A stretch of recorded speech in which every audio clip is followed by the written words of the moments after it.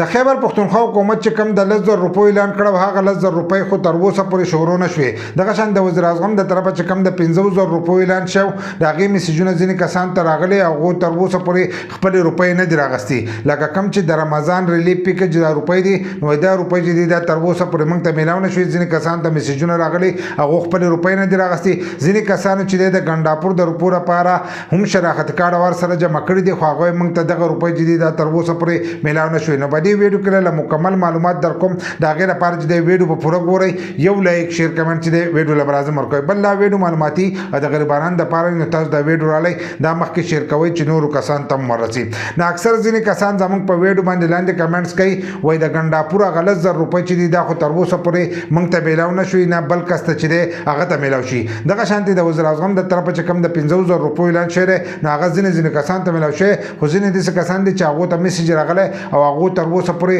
خپلې روپۍ نه دي راغستې نو دغه روپۍ چې دي دا موږ ته په کومه طریقه باندې میلاویږي نو موږ چې ستاسو سره کم معلومات شیر کوو د هغو له طرفه چې کم معلومات راشي نو موږ په هغې باندې ویډیو جوړو هغه په اردو کې په انګلیش کې نو موږ ستاسو سره په پښتو کې چې دی هغه شیر کوو بل لا چې ځینې کسان ته د دغه ویب سایټ او د دغه پیجونو چې دی پته نه نو موږ سره دلته کې په پښتو کې خبره چې دی هغه ستاسو سره شیر کوو نو که هغه رښتیا وایي او که دروغ وایي ځکه ګنډاپور چې کم د 10,000 روپیو اعلان کړی نو هغه دا خبره کړې چې دا به د 15مې روژې نه مخکې چې دی دا به تقسیمیږي او په دې باندې هم موږ ویډیو کړو چې د 15مې روژې نه به دا تاسو ته مخکې میلاویږي خو 15مه روژه چې د هغه تېره شوې ده او تر اوسه پورې هغه روپۍ چې دي دا میلاو نه شوې نو ځینې کسان د دې په باره کې تپوس کوي نو د 15مې روژې نه وروسته چې دی هغه لیسټونه چې دي هغه رالیږلو په هغې لیسټونو باندې د ځینې کسانو نه پارامونه چې دي دوباره ډکول او ګوتې چې دی دا یې لګول د هغو ویریفیکیشن یې کوو هغه ویریفیکیشن چې دی هغه اوس شوی دی اوس چې کوم لیسټ راغی نو هغه به ستاسو اکاونټ ته چې دی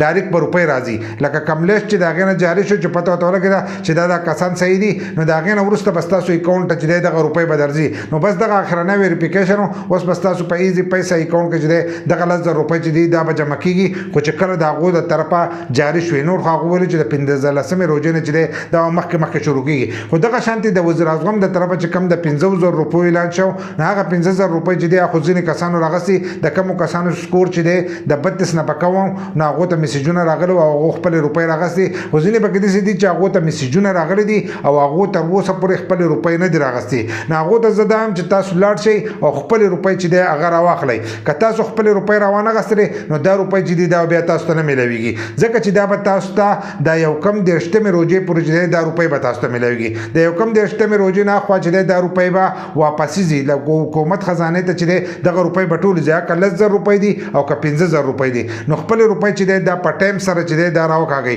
که تاسو خپلې روپۍ راوینستئ نو دغه روپۍ به تاسو ته نه میلاویږي کومو کسانو ته چې میسیج راغلی دی لاړ شئ ایزي پیسه دکان ته لاړ شئ هلته کې به دغه روپۍ چې دي دا به تاسو ته میلاو شي که دغه دکاندار نه پوهېږي بل دکان ته لاړ شئ بل ته لاړ شئ خو چې تاسو ته میسیج راغلی نو ستاسو په اکاونټ کې دغه روپۍ چې دي دا جمع شوي دي او تاسو خپلې روپۍ چې دی دا راوکاږئ که ستاسو په علاقه کې کم دکاندار هغه نه پوهېږي د دې په طریقه باندې نو بل دکان ته لاړ شئ بل ته لاړ شئ او خپلې روپۍ چې دی دا په ټایم سره راوکاږئ که نه بیا به د اختر نه وروسته چې دی دا روپۍ به تاسو ته نه میلاویږي